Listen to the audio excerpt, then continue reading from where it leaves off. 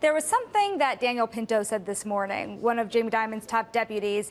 The risks at the tail are quite substantial. At this point in time, I hate to ask it, Jamie Dimon's weather forecast, what does it look like? So it's very pessimistic. He kept using that exact word when asked during the Q&A portion about his outlook. And this is a global outlook, too, not just about the U.S. economy.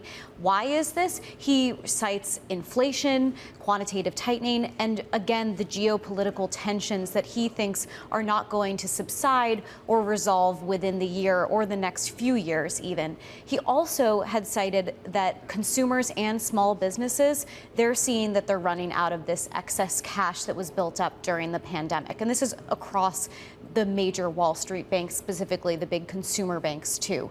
So this was a very pessimistic outlook, again, as he has said, and it just means for them, that's why when they asked about buybacks, which you had brought up earlier, they kept reiterating this is not the time that we're going to buy back our stock, even though it's hitting record highs. Well, it's interesting also because at the same time, you have that general pessimism, some caution baked into the surface there, but you do have them also talking about areas of investment, areas they want to double down in this environment, while saying, 17% returns on equity here are the more normal way to look at things moving forward. Where are those big investment opportunities? AI across the board. They're saying it's touching every part of the bank and every job at the bank. Dimon says that he believes every job will be transformed, either eliminated, jobs will be added, but it's going to be a transformation that takes time, no doubt. But they talked a lot about the investments that they are making. What does that look like? Training, having every person at the bank go through a very formal training process to understand how AI can apply to their own job. And it's going to change based on a job that might be dealing with the consumer or maybe an investment banking client.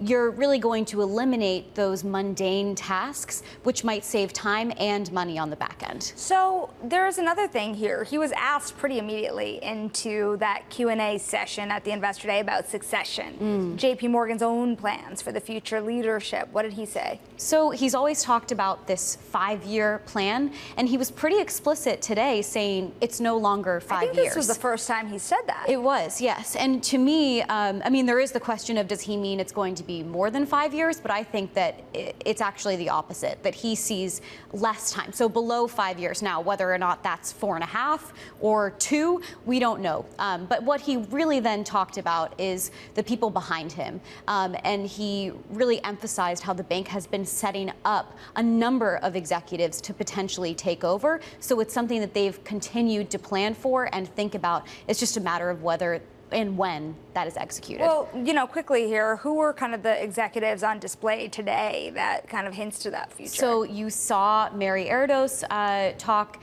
today, Jen Piszak. You had both of those women that were both moved into different positions, or their titles at least, and what they were responsible for have been changed in recent months.